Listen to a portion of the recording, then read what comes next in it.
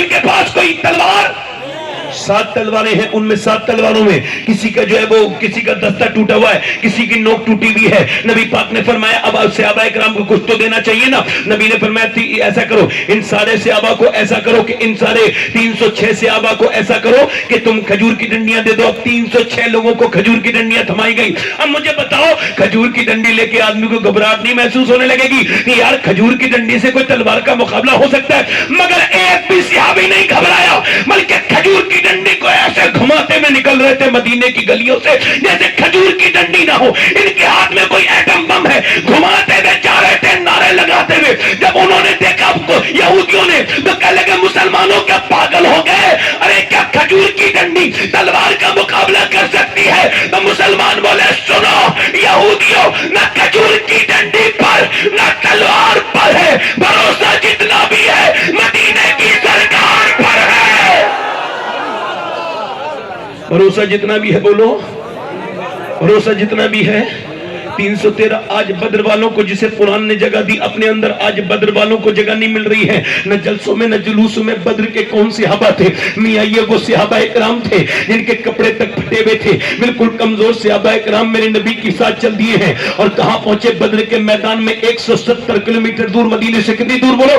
170 kilometre دور. یہ اسلام کی پہلی جنگ ہے اور اس جنگ میں بولو کچھ ہے مسلمانوں کے پاس؟ کچھ بھی نہیں ہے نا. انہیں تو مٹانے کے لیے جب چلے تو پھر مجبوراً باہر کو آئے ہیں. جب باہر کو آئے ہیں میاں کیا کھجور کی ڈنڈی لے کے باہر کو نکلے ہیں. آج بھی قرآن کی یہ آیت بڑے بڑے لفظوں میں لکھی ہوئی ہے، بڑے بڑے جلی لفظوں میں آج بھی لکھی ہوئی ہے. اور بدر کے میدان میں ایک بورڈ پہ لکھی ہوئی ہے وَلَقَدْ نَصَرَكُمُ اللَّهُ بِبَدْرٍ وَأَنْتُمْ أَذِلَّةٌ. وہ کون سی جگہ ہے؟ وہ بدر کا کون سا مقام ہے جسے اللہ نے اپنی آیت بتایا، جسے اپنی نشانی بتایا؟ میرے پیغمبر کے وہ 313 صحابہ جب جا کے کھڑے ہوئے اور جب کفار مکہ نے دیکھا تو وہ کفار مکہ مذاق اڑانے لگے. وہ اٹھے ہیں، انہوں نے پوری رات جو ہے وہ شرابیں پی ہے، انہوں نے پوری رات جو ہے نا وہ گوشت بھنے ہوئے کھائے ہیں، ان کے ساتھ ناچنے والی عورتیں ہیں، انہوں نے ناچ بھی دیکھا ہے. مگر یہ صحابہ انہوں نے پوری رات اللہ اللہ کی ہے. انہوں نے صبح سحری کی ہے تو کھجور کی گٹھلیاں ان کی جھولی میں پڑی ہیں، انہیں اٹھا کر کے انہیں چوس کے انہوں نے سحری کر لی ہے اور آج روزے کی حالت میں کھڑے ہیں. اب انہیں کھڑے ہونے والے ان کی مذاق اڑانے لگے. ارے دیکھو تو یہ لڑنے آئے ہیں، ان کے پاس تلواریں تک نہیں ہیں. مسلمان ایسے کہے لگا کے کہتے تھے انہیں ہم ایسے مسل دیں گے جیسے مکھی مچھر کو مسلا جاتا ہے. جب مذاق اڑایا، جب فکرے کسے، جب ٹون کسے، میرے پیغمبر کی آنکھوں میں آنسو آ گئے. میرے نبی نے سر سجدے میں رکھ دیا. دیکھو یہاں کی تیار کے بعد کی تقریر اپنے دم کو روک کے سننا. میں بھی کوشش کروں گا کہ تمہیں اپنے نبی پاک کی سیرت کے تھوڑا قریب کر دوں. میرے نبی نے سر سجدے میں رکھ دیا اور سر سجدے میں رکھنے کے بعد میرے نبی رونے لگے. حضرت ابوبکر صدیق کہتے ہیں جتنا میں نے حضور کو اس دن روتے ہوئے دیکھا اتنا میں نے حضور کو کبھی روتے نہیں دیکھا. میری بہنیں میری بیٹیاں سنیں کہ جب سرکار دو عالم رو رہے ہیں تو میرے نبی کی چادر اوپر سے نیچے کو آتی ہے، حضرت ابوبکر صدیق اوپر کو رکھتے ہیں پھر نیچے کو آ جاتی ہے. میرے نبی روتے روتے، میرا امام کہتا ہے آنکھیں رو رو کے سجانے والے جانے والے نہیں آنے والے. آنکھیں کچھ کہتی ہے تجھ سے پیغام یار کے جانے والے، اور حسن تیرا سا نہ دیکھا نہ سنا. کہتے ہیں اگلے زمانے والے اور کہتے ہیں ساتھ لے لو مجھے میں مجرم ہوں. راہ میں پڑتے ہیں تھانے والے. میرے نبی کی آنکھوں میں سے آنسو گر رہے ہیں. کون سی آنکھیں؟ اور اتنے آنسو گر رہے ہیں کہ ریت بھیگنے لگی ہے. میں کہتا ہوں کاش میں انسان نہ ہوتا، میں وہ ریت کا ذرہ ہوتا جس میں میرے نبی کے مبارک آنسو گرے ہیں.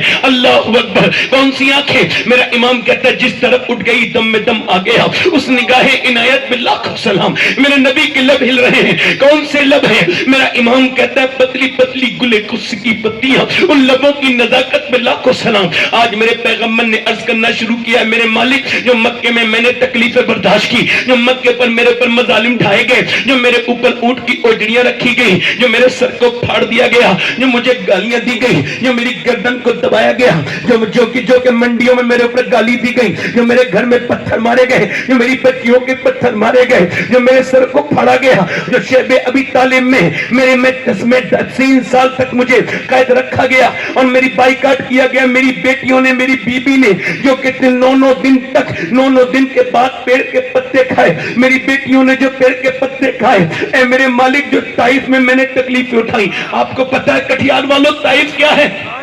آپ کو بتاتا ہوں طائف کیا ہے. میرے تایا کہتے تھے بیٹے طائف یاد رکھنا بھول نہ جانا. حضور مکے سے طائف گئے, جب طائف گئے تو حضور نے تبلیغ کی, وہاں پہ دعوت دی, تو انہوں نے حضور کے پتھر مارنے شروع کر دیے. میرے ماں باپ قربان ہو جائیں میرے پیغمبر پر, میرے رسول پر اتنے پتھر مارے, اتنے پتھر مارے, اتنے پتھر مارے کہ حضور ایک پاؤں اٹھاتے تو دوسرے پاؤں پہ مارتے, جب پہلا پاؤں اٹھاتے دوسرے پاؤں پہ مارتے. حضور بیٹھ جاتے ہیں تو سرکار دو عالم صلی اللہ تعالی علیہ وسلم کے اٹھا کر کے حضور کو مارتے ہیں, اور اتنے پتھر مارے کہ حضور کی پنڈلیاں شریف پھٹ گئیں, اور حضور کی دونوں پنڈلیاں پھٹ گئیں, اس میں سے لہو لہان ہو گئے میرے پیغمبر, اور اتنا خون نکلا کہ آپ کی مبارک جوتیاں بھیگ گئیں. میرے ماں باپ قربان ہو میرے نبی پر. میں جب اپنے باپ کا درد بیان کرتا ہوں تو مجھے درد ہوتا ہے, مگر میرا ایمان اتنا کمزور ہو گیا.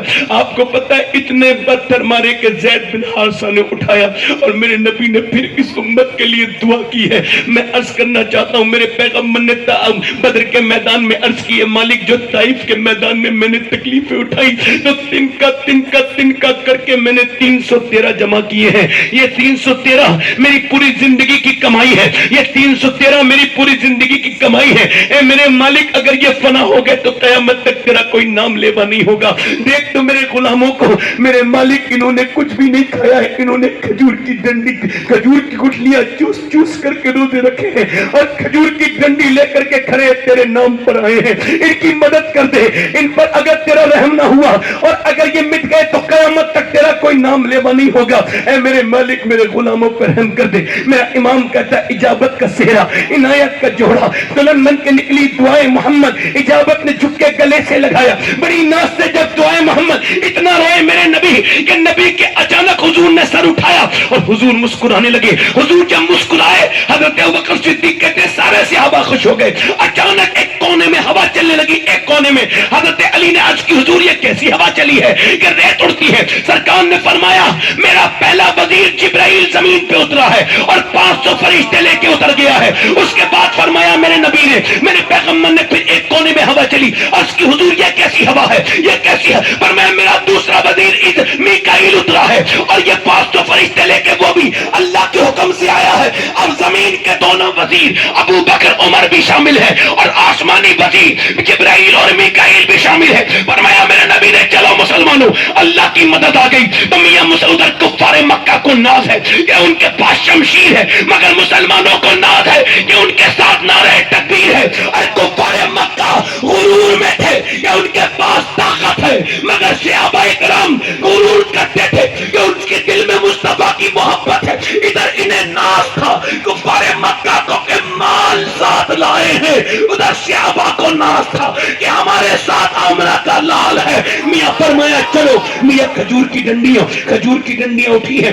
میاں فرمایا چلو, کھجور کی ڈنڈیاں اٹھی, اور اٹھتے میرے نبی پاک کے غلاموں نے کھجور کی ڈنڈیاں جب اٹھا کے ماننا شروع کی ہے, کبھی سر کٹتا ہے, کبھی ہاتھ کٹتا ہے, کبھی دل کٹتا ہے. کاٹتے کاٹتے صحابہ کرام نے ڈھیر لگا دیے اور میاں کٹتے جاتے ہیں, بھاگتے جاتے ہیں, آنکھیں پھیل کے جو وہ بڑی ہو گئی. ارے مسلمانوں کو تو دیکھو یہ کیسے مار رہے ہیں, یہ کیسے توڑ رہے ہیں, یہ کیسے ختم کر رہے ہیں. یہ بھگدڑ مچ گئی. کفار مکہ بھاگنے لگے, 1313 سے پیچھے چھڑا کے بھاگنے لگے. مگر بھاگتے کب تک؟ انہیں بلال نے دیکھا کہ امیہ بھاگ رہا ہے. امیہ جو سینے پہ پتھر رکھتا تھا, امیہ جو کہ بلال کے پر ظلم کرتا تھا, وہی امیہ جو بلال کے منہ پہ مکے مارتا تھا. بلال نے جب اس کو دوڑتے ہوئے دیکھا تو جا کے سامنے سے اس کے منہ پہ گھوسا مارا. جیسے ہی گھوسا مارا ہے وہ نیچے گر گیا. بلال کو دیکھنے لگا. بلال نے کہا میں دیکھتا کیا ہے, یہ کوئی بلال کا گھوسا تھوڑی ہے, یہ تو اسلام کا گھوسا کفر کے منہ پہ لگا ہے.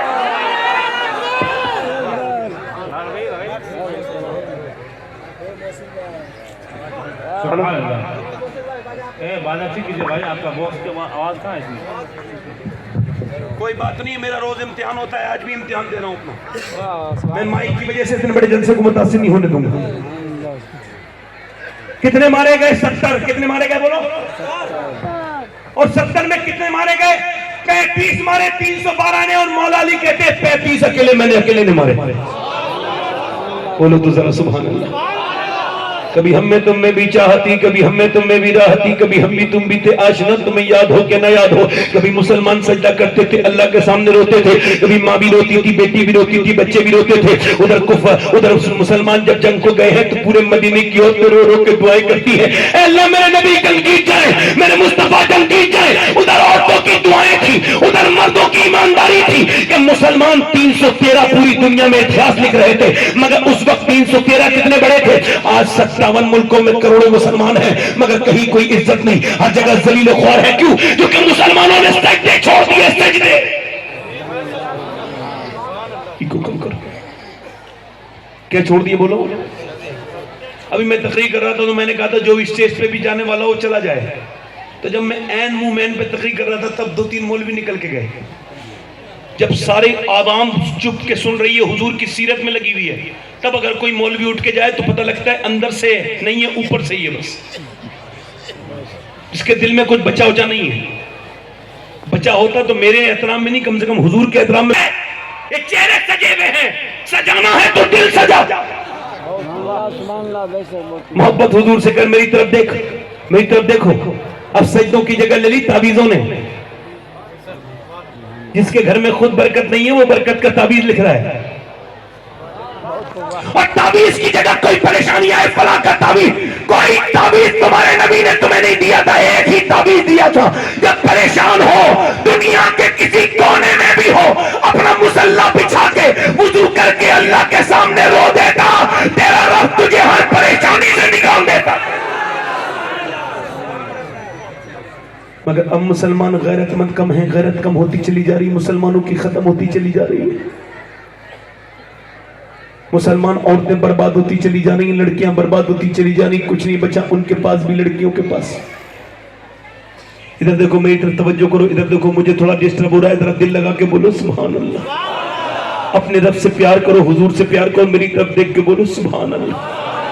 میری طرف دیکھو، میں عرض کرتا ہوں پہلے مسلمان اچھے تھے، بڑھیا تھے، خوب تھے، مگر آج کے زمانے کے مسلمان تو دیکھ لو تیزی کے ساتھ ہندوستان میں لڑکیاں مذہب کنورٹ کر رہی ہیں، بدل رہی ہیں، مذہب کو تبدیل کر رہی ہیں. اور یہ جو صافہ میرے بندہ ہوا ہے اس وجہ سے بندہ ہوا ہے کہ میں ٹھیک سے غیرت مند مسلمان نہیں ہوں. اگر غیرت مند ہوتا تو میں کب کا اس صافے کو اتار کے کسی جنگل میں جا کے رو رہا ہوتا. کیوں؟ کیونکہ جس امت کی، جس قوم کی، صرف ہندوستان کی بات بتا رہا ہوں، یہ 2014 سے لے کے اب تک تقریباً 6 سے 7 لاکھ لڑکیاں اسلام چھوڑ کے غیر مسلموں کے گھروں میں ہیں. ان کے ماتھوں پر غیر مسلموں کے علاماتی نشان لگے ہوئے ہیں،